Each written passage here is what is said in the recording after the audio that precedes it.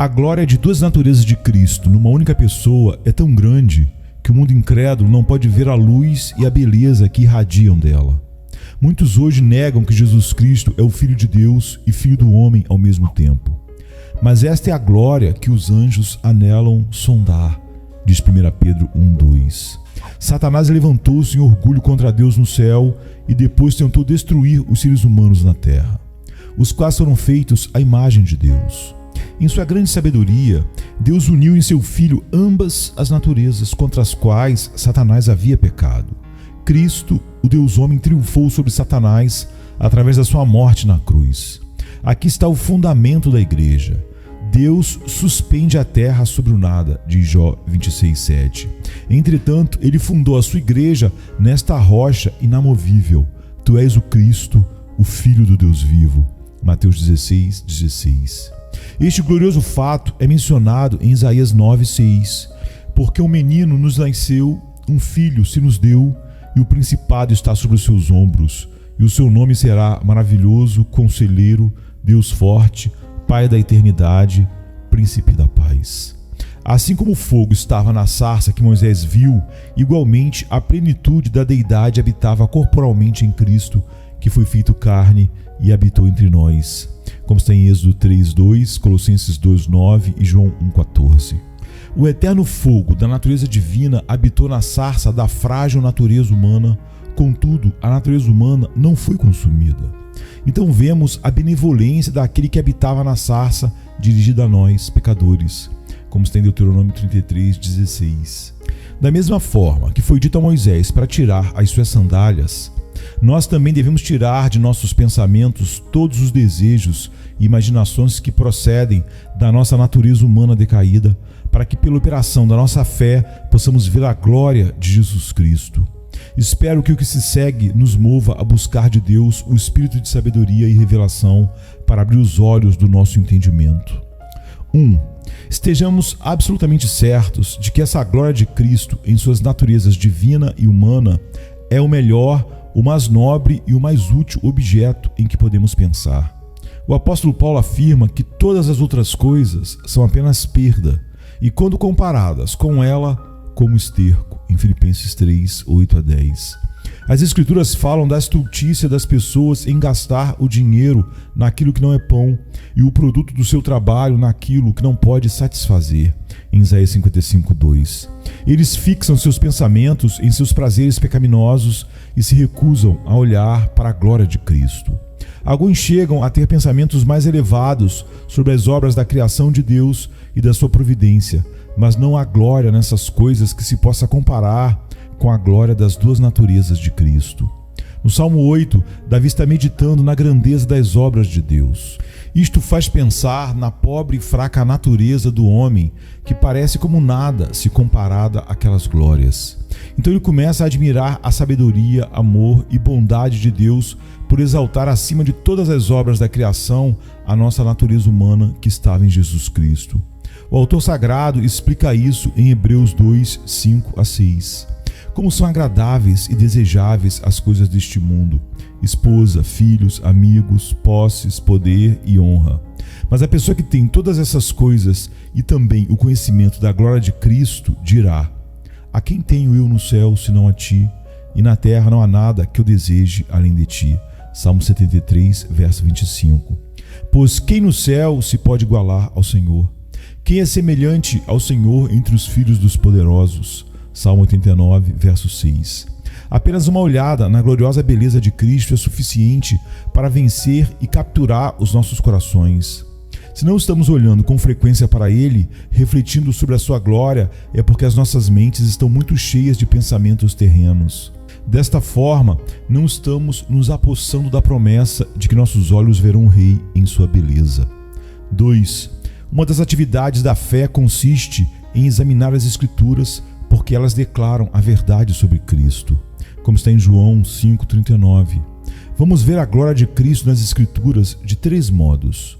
Primeiro, por meio de descrições diretas da sua encarnação e seu caráter como Deus homem, em Gênesis 3:15, Salmos 2:7-9, 45, 2-6, 78, 17-18 e 110, 1-7. Isaías 6, de 1 a 4, Isaías 9, 6, Zacarias 3, 8, João 1, de 1 a 3, Filipenses 2, de 6 a 8, Hebreus 1, de 1 a 3, 2, de 4 a 16 e Apocalipse 1, 17 e 18. Em segundo lugar, mediante numerosas profecias, promessas e outras expressões que nos levam a considerar a sua glória. E terceiro, pelos exemplos de adoração divina que Deus instituiu no Velho Testamento e pelo testemunho direto dado a ele do céu no Novo Testamento. Isaías disse: Eu vi o Senhor assentado sobre um alto e sublime trono, e o seu séquito enchia o templo. Em Isaías 6:1. Esta visão de Cristo foi tão gloriosa que os serafins, criaturas celestiais que assistem nos céus, tiveram que cobrir as suas faces. Contudo, maior ainda foi a glória revelada abertamente nos dias apostólicos. Pedro nos diz que ele e os outros apóstolos foram testemunhas oculares da majestade do Senhor Jesus Cristo.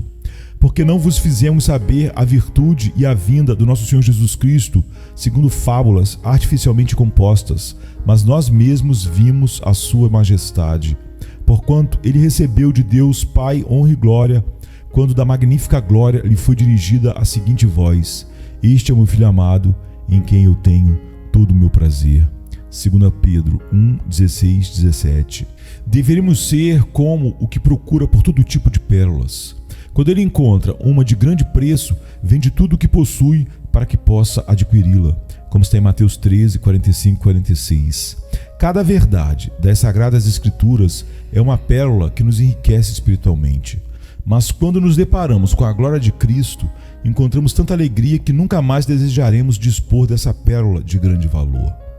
O glorioso da Bíblia é que agora ela é a única forma tangível de nos ensinar sobre a glória de Cristo. 3. Devemos meditar frequentemente sobre o conhecimento da glória de Cristo que obtemos da Bíblia. As nossas mentes devem ser espirituais e santas, libertas de todos os cuidados e afeições terrenas. A pessoa que não medita agora com prazer na glória de Cristo nas Escrituras não terá nenhum desejo de ver aquela glória nos céus. Que tipo de fé e amor têm as pessoas que acham tempo para meditar sobre muitas outras coisas, mas não têm espaço para meditar neste assunto glorioso? 4. Os nossos pensamentos devem se voltar para Cristo sempre que haja uma oportunidade, a qualquer hora do dia. Se somos verdadeiros crentes e se a palavra de Deus está em nossos pensamentos, Cristo está perto de nós, como está em Romanos 10, 8. Nós o encontraremos pronto para falar conosco e manter comunhão. Ele diz: Eis que estou à porta e bato. Se alguém ouvir a minha voz e abrir a porta, entrarei em sua casa e com ele cearei e ele comigo. Apocalipse 3, 20. Este verso, erradamente, é usado para chamar as pessoas ao arrependimento, mas aqui ele está falando sobre comunhão com uma igreja. É verdade que há momentos em que ele se retira de nós e não podemos ouvir sua voz. E quando isso acontece, não podemos ficar contentes. Devemos ser como a noiva no Cântico de Salomão 3, de 1 a 4. De noite busquei em minha cama aquele a quem ama a minha alma. Busquei-o e não achei. Levantar-me-ei, pois, e rodearei a cidade, pelas ruas e pelas praças. Buscarei aquele a quem ama a minha alma. Busquei-o e não o achei. Acharam-me os guardas que rondavam pela cidade.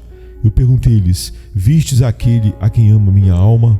Apartando-me eu um pouco deles, logo achei aquele a quem ama a minha alma. Detive-o até que o introduzi em minha casa de minha mãe, na câmara daquela que me gerou. A experiência da vida espiritual de um cristão é forte em proporção aos seus pensamentos sobre Cristo que nele habita e seu deleite nele. Gálatas 2:20. Se tivermos deixado Cristo ausente de nossas mentes por muito tempo, devemos nos censurar por isso. 5. Todos os nossos pensamentos sobre Cristo e sua glória devem ser acompanhados de admiração, adoração e ações de graças. Somos convidados a amar o Senhor com toda a nossa alma, mente e força. Marcos 12, verso 30. Se somos verdadeiros crentes, a graça de Cristo opera em nossas mentes e almas renovadas e nos ajuda a fazer isso. Na vinda de Cristo, como juiz no último dia, os crentes ficarão cheios de um tremendo sentimento de admiração por sua gloriosa aparência. Quando vier para ser glorificado nos seus santos, e para se fazer admirável naquele dia em todos os que creem. 2 Tessalonicenses 1:10. Essa admiração se transformará em adoração e ações de graças. Um exemplo disso é dado em Apocalipse 5, 9 a 13, onde toda a igreja dos redimidos cantam um novo cântico. E cantavam um novo cântico dizendo: digno és de tomar o livro e de abrir os seus selos, porque foste morto e com teu sangue compraste para Deus homens de todas as tribos e línguas e povos e nações, e para o nosso Deus os fizeste reis e sacerdotes. Eles reinarão sobre a terra. E olhei e ouvi a voz de muitos anjos ao redor do trono e dos animais e dos anciãos. E era o número de milhares e milhões de milhões, que com grande voz diziam: digno é o Cordeiro que foi morto de receber o poder e riquezas, e sabedoria e força, e honra e glória e ações de graças. E ouvi toda a criatura que está no céu e na terra, e debaixo da terra, e que está no mar, e a todas as coisas que neles há dizer: ao que está assentado sobre o trono e ao Cordeiro sejam dadas ações de graças e honra e glória e poder para todo sempre. Há algumas pessoas que têm esperança de ser salvos por Cristo e de ver a sua glória num outro mundo, porém não estão interessados em meditar pela fé naquela glória neste mundo. Elas são semelhantes a Marta, que estava preocupada com muitas coisas, e não como Maria, que escolheu a melhor parte, sentando-se aos pés de Cristo, como está em Lucas 10, 38 a 42. Que tais pessoas tomem muito cuidado para que não negligenciem nem desprezem o que deveriam fazer. Alguns dizem que têm o desejo de contemplar a glória de Cristo pela fé, mas quando começam a considerar essa glória, eles acham que é coisa muito elevada e difícil. Eles ficam maravilhados à semelhança dos discípulos no Monte da Transfiguração. Admito que a fraqueza de nossas mentes e a nossa falta de habilidade para entender bem a eterna glória de Cristo nos impede de manter os nossos pensamentos numa meditação firme e constante por muito tempo. Aqueles que não têm a prática e a habilidade de uma santa meditação em geral não terão a capacidade de meditar neste mistério em particular. Mas mesmo assim, quando a fé não consegue mais manter abertos os olhos do nosso entendimento para refletir sobre o sol da justiça brilhando em sua beleza, pelo menos pela fé, ainda podemos descansar em santa admiração e amor profundo.